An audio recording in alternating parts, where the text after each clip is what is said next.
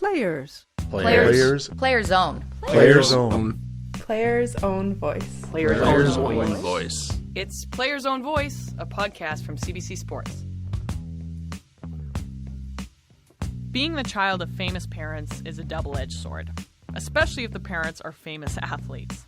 The burden of expectation can be backbreaking. But on the other hand, if mom and dad are both Hall of Famers, well, you can't really deny that Junior has a head start. So, how do you make the most of that genetic gift without, let's say, wrecking your kid's life forever? It's a delicate path to tread, and today I'm talking to a couple who managed to get it exactly right. My name is Anastasia Busis, two-time Olympian long track speed skater. I had to crash a wedding to get this interview. No regrets. I hope you appreciate the effort. I know I can be very flippant, but I am humbled to be joined by my two guests. My producer was a little bit hesitant for me to interview two people, and I put my foot down and I just said, nope, they've been too instrumental in my personal and my professional career as a speed skater and as a human being. I'm so grateful to be sitting down with two-time Olympian Kathy Gregg, two-time Olympian and five-time Stanley Cup champion Dr. Randy Gregg. I've literally stolen you away from your daughter's wedding. We're very lucky to have you join us. I would love to talk to you about raising kids in sports. Absolutely. We've done it a few times. Sure. You don't sound that excited. No, but I've had the privilege of speaking to a number of people and obviously doing conferences and whatnot. A lot of parents go, well, what did your parents do to make you feel supported or provide you the tools to succeed in your sport? And you've obviously done it 4 times over. Jamie Gregg, your oldest son, two-time Olympian, world championship medalist in speed skating. Jessica Gregg, two-time Olympian, Olympic silver medalist in short track speed skating. Ryan Gregg, high-level baseball CIS player. And Sarah Gregg, one of my best friends, complete transparency, World Cup speed skater, national team for many years over. How do you, in today's society, start with raising kids to be successful in sport? Well, I think number one is to introduce them to a whole variety of sports. Let them do what are the neighborhood kids doing? What are their friends doing? Where are they going to have fun? And whatever they want to do, I think, is within means. Let them try it out, and that's basically what we did. Is they did every sport they could with their friends, and came to the part. I think number one thing is letting them decide which is their passion, which one do they want to, go further in. So I think developing athletes is a little bit more complicated than just saying let them have fun. I think a lot of parents, and we said the same thing for a lot of years, let them have fun and they'll get good enough. Of course, we all want our children to succeed. We want them to get 95 in math and not 55 in math. We want them to be strong and athletic and not, overweight and sedentary. So success is easily measured on wins. And of course, sports is great because you either win or you lose. You score 2 goals or you don't score 2 goals. You get a personal best or you don't. And so it's easy for all of us, us included, to say, well, we just want our kids to have fun. But it goes further than that, I think. Simply we do want our children to succeed because when you do succeed, you're happier. And every parent wants their child to be happier. So 2 things I think we focused on more than anything. Fortunately, we had the opportunity to go to a few Olympics and be fairly successful in sport. And so success in our eyes wasn't winning, and it wasn't scoring 2 goals. It was coming home with a smile on your face, establishing relationships with kids in the speed skating oval, understand what it's like to be part of a team. And but not every parent's going to go to 2 Olympics or have the chance to play in the NHL. So I can see the problem in society saying that if my child is on the winning team or scores 3 goals or it's a better day. When in fact it's not really a better day. I used to tell our children that if you want to win every game, then play against kids that are 10 years younger than you. You win every game. Of course, there's no challenge to that. There's no development. There's no personal satisfaction. Just you'll simply win. But, after spending a lot of time in sport, I think we all realize it's easy for us to say, just let the kids have fun. But there's many, much more intricate social values behind that statement. how did you navigate? I mean, Jamie was obviously a high-level hockey player before he came back to speed skating. Sarah and Jessica, very high-level speed skaters since, God, I've skated against Sarah Gregg since I was four years old. How did you navigate having your kids in sports that you're very familiar with, though? How hard was it to bite your tongue when you wanted to give them a lesson and they had to make that mistake on their own? Yeah, we had some tough moments. I coached the girls in speed skating. Obviously, that was my background. And, a few times where I saw things weren't going the right way for one of the kids. For example, Sarah, where she's just so focused on winning and not doing her personal best. And she'd come off the ice really unhappy because she had gotten beaten by some girls, but skated her fastest time.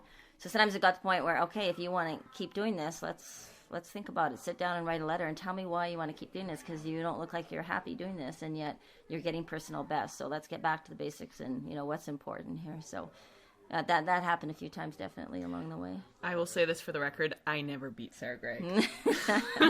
She wasn't mad that I beat her, that's for sure. Yeah, the other thing, I think it's very difficult for children of parents who have been athletic and been fairly successful athletically, because of course the thought is that the bar is quite high. I don't think ever our children thought of their mother as a two-time Olympian. They knew that she was the lady who coached them and went out and helped them become better and better skaters. Even at the age of 7 and 6, my kids used to ask me what I did at the hockey rink, and we wanted exactly that. We didn't want children of skaters or children of hockey players. We just wanted children and develop their own self-esteem and their own priority towards sport. The ability to say, I feel comfortable in what the level I'm at. And, we like to share our experiences, of course, and now the kids know that Kathy's been to a few Olympics and I was able to play a few years in the NHL. And so I think that's a natural way. Children should develop. They shouldn't be told what their parents have done. And it was our role to show them by our compassion towards them, by our ability to, if they wanted to go to a practice, we were there with them. We always supported them in every sport they wanted. Jamie, for instance, was a very good hockey player and had some aspirations. And when he was trying out for a midget AAA team, and the coach said, well, you can't play high school volleyball at the same time. And we want a big commitment, a midget AAA. Can you imagine that? Mm-hmm. So he said, what do you think? And we said, whatever you want to do. So Jamie quit, played midget AA, and played volleyball for 3 years. And probably one of the reasons why he became such a great athlete is because he was a multi-sport athlete. So I think if they're surrounded by an environment of making good choices long term and not just simply winning, or just not simply making the AAA team, or not, winning the speed skating event, I think they start to develop their own inherent ability to make good decisions in their life. Specialization in sport. You just touched on it. As a doctor, too. I mean, we see parents more and more thinking that their kid is going to be Sidney Crosby at 8 years old. What do you think about that trend? Yeah, so medicine is very difficult because, the goal of medicine is not only to treat the injuries of the young child. I have lots of 12 and 13-year-old boys who come in with their mom, and they've got an injury that will heal, and their mother says, that hockey is his life. And the knee-jerk reaction is to say, well, let him get a life. But that's... And of course, that's what I feel, because I want, out of the child's best interest, to have lots of different interests: school, education, art, drama, and hockey. But, I think we would be very disappointed as parents if our children were speed skaters or they were hockey players. There's more to life than that.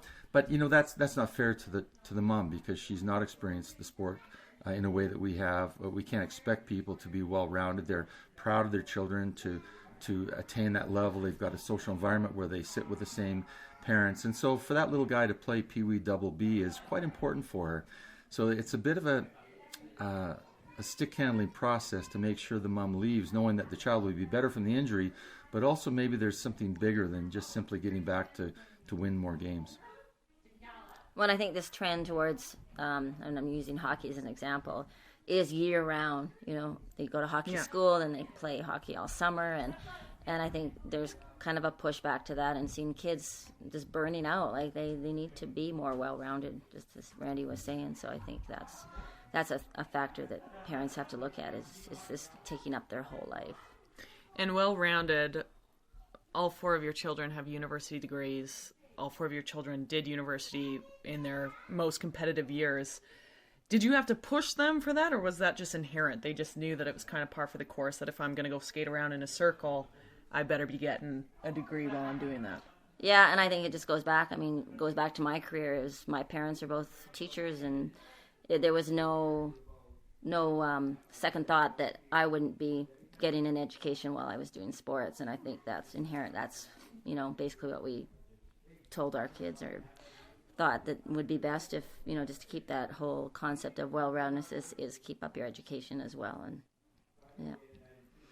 It's important, though, to allow children start to make decisions on their own, and they make decisions based on their experience. And I mean, Kathy was a mother of 4 young children getting their 3rd degree. So although they were probably 8 and 7 and 5 years old, they probably wondered why Mom was studying at the end of the night after a long day of taking care of 4 kids while I was on the road. But the kids will inherently pick up these keys and start to understand that we don't have to tell them to go to university. We just show them as role models. We try to show them what at least what we think is right, and then let them make their own decisions. I think anytime a parent forces a decision on a child, it's a big mistake. We can direct them in the way we can, but ultimately we want our children to be great decision makers and good community citizens. And fortunately, as much as they've gone to some Olympics and so forth, and they all have careers, they're all developing relationships, and they're good young people. So that's what we're most proud of. Being cheerleaders or bystanders watching your children compete, what was, off the top of your head, the single hardest moment of watching your kids either go through tough lessons or failures, quote unquote, while trying to be a good parent, but also being fiercely competitive? Well, I would say definitely the hardest part that I can think of right at the top of my head, because it just came up the other day, was our daughter Jessica at the Sochi Olympics, and was a big part of the short track team, and yet was not picked to skate on the relay, and we had to sit up in the stands, and it wasn't hard watching it. It was hard watching her having to watch that. Like, when it's your kids, it hurts a lot. Yeah. So that was definitely, for me, the hardest. I had an interesting experience with Jamie, and Jamie was playing junior B hockey, and he's quite a principled young fellow. He's in medical school now, and I think he'd be a great doctor. But there was a situation, they were playing against a rural team in Alberta, who basically wanted to fight somebody and go out and drink beer afterwards, and that would be their goal. Jamie's team was up 5-2, and he was standing in front of the opposing net, and the goaltender cross-checked him, which of course is illegal. The referee didn't see it, so Jamie turned around and slashed the goaltender. Well, his team was up 5-2. Of course, the 2 defensemen saw this, jumped on my son. The place went wild. They wanted to kill Jamie. I wanted to kill everybody in the stands because they wanted to kill my son. Anyway, so Jamie got kicked out. He came out afterwards. I said, Jamie, it was 5-2, 2 minutes to go. You know that they all want to jump on anybody to fight because that's what this team's all about. Why couldn't you just take that cross-check and move on? And he said, but Dad, it wasn't right. And what could a parent say? Because he was right. That is tough. You touched on it. Jamie's getting his medical degree. What are your thoughts on CIS versus NCAA? Just the whole approach, Canada, U.S., how we approach education, student athletes. Yeah, so I think both areas can be beneficial. Years ago when I played in the CIS, you were a student athlete, not an athlete that got paid to be an athlete. I think as long as you take advantage of the opportunities in the United States, there's some great opportunities to get a little bit of education and a great athletic career. I really like the balance that CIS gives, because it is a balance between your athletic career and getting an education. So, of course, if it was our choice, we would hope our children would stay in Canada and get educated in Canada.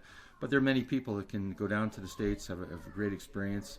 And, the bottom line is we can become educated by our own choice. And so I think people in the NCAA experience can also, really be fulfilled with their experience if they choose to.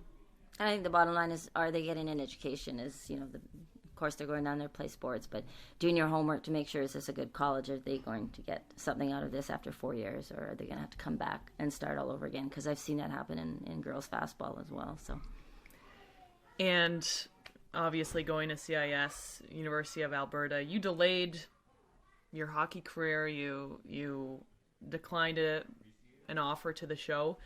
did you have pressure from your parents, Randy, or was that was just inherent? Like you were like, no, I want to get my education, because a lot of people probably wouldn't. They probably would accept. I would think off the top of my head, they'd accept the offer from the NHL versus continue to get a degree. Yeah, well, my family situation was kind of interesting because I was the youngest of 6. My oldest brother would come home, and he was in medical school as well, became a doctor, and he told me that when he would come home and kind of brag that he was third in the obstetrics examination out of 120, my dad would say, well, how come you weren't first? And of course, the first child will always get that kind of pressure. By the time I came along at 6, pretty well the fact that I was breathing was a good thing. So I think they realized that, with my family, my siblings were very supportive that I would probably end up doing some decent things. So no, I had the autonomy to go and have some fun with hockey. And of course, they were always supportive. They would be at every game. And I think that's what, and they weren't athletic at all, and they were hardworking people. But I think they just realized that if our child is out there, we're going to be there watching. We're not going to judge. We're just going to be there. And I think that was they were great role models for me and Kathy's experience as well, that we support, and whether you win or lose, you're there to support, not to cheer. We were never cheerleaders. We were there just to make our children feel comfortable. Out of 10, this might be a stupid question, but out of 10, how much for the general population do you think a parent should be, quote unquote, hands-on with their kid's athletic career? I guess it depends on what the hands-on is, but I think being there and supporting them in any way they can, getting them to the games, not getting involved with the outcome of the game, as Randy was saying earlier, with the win or lose, but I don't know, 5 out of 10. 5. Yeah. We had a few crazy parents though in speed skating. I was always back of the pack, but like you could just hear parents yelling, but not yelling to like support. It was almost angry. It was angry. Yeah. And most of those kids don't last because they're not going to. They don't want to be out somewhere and getting yelled at. Yeah. So I would suggest maybe 2 or 3, and the reason is, of course, we're always going to have parents that have different backgrounds and experiences and different philosophies of how to bring up their children. But Kathy was a great example that she was there she'd been to 2 Olympic Games, so arguably she knew a little bit about speed skating. And so this little club in Edmonton had this great coach, this great mentor, great mother coming out. 3 people from the little Edmonton Speed Skating Club eventually went to the Olympic Games, so that's a tribute to her as a coach. But and so it was wonderful to watch her children they couldn't wait to get to practice. Not because it was their mom, it's just because their mom knew how to coach things. But at 16 or 17, when her children got to be out of high school, Kathy was also smart enough to say, I've taken to the level that I can. If they want to get to the next level, they have to go to Calgary. They have to get professional coaching or coaches that are more experienced, more up to date. And yet she'd done such a wonderful job. So I think there's a role for parents, but the parents can't tell the coaches. I mean, luckily Kathy had that background, but parents have a great role to make sure that the children enjoy and love the sport and they develop a passion for it. Oh, you certainly have done that for me. Thank you so much for joining me. I started speed skating at the age of 4. Sarah Gregg, their youngest child, really. Yeah. One of my best friends, but I do have to, from the bottom of my heart, thank you, because you have made me better. I had the privilege of growing up in just a really unique, rare time of Alberta speed skating where I had little Kathy Gregg bring down her kids and they would kick my ass, and I got better about it because you just made everyone better. Oh, we always had lots of fun. Oh, so much fun. It is more fun when you're winning. That's absolutely true. But no, I'm very grateful that win or lose, we always went and hit the pool. And when we turned 18, Dr. Randy Gregg would give us a 50 and we go to the casino. I also probably owe you about $100 because I'm not very good at blackjack, bud. It took me a while to learn that, but now I know. He's also a very good ping pong player. So, no, we've got too many good memories, and I literally stole them away from their daughter's wedding, but when I get married, you guys are invited to mine, so... We'll be there. Yeah. Well, you better be there on the dance floor, because you were cutting a rug last night. Thank you so much. My name's Anastasia Busis. You've just heard from Dr. Randy Gregg and his beautiful wife, Kathy Gregg, 2 of the most influential people in my life and my career, and just very grateful for what sports give me, and it boils down to the people, because you're only as good as the people you surround yourself with. Peace! We recorded that conversation with Kathy and Randy Gregg at their daughter Jessica's wedding. in Comox, British Columbia. A quick note, since today's conversation was all about raising healthy, happy athletes, we want to give a shout out to a celebration of hockey for girls. Wherever you live in Canada, it's going on near you all weekend long, October 5th, 6th, and 7th. Easiest way to find out more? Just Google World Girls Hockey Weekend. Players Own Voice podcast is a CBC Sports production. Email your comments to us, playersownvoicepodcast@cbc.ca. Social media, #Players Own Voice. I'm Anastasia on Instagram and Twitter. Our producer is David Giddens. Thanks for listening.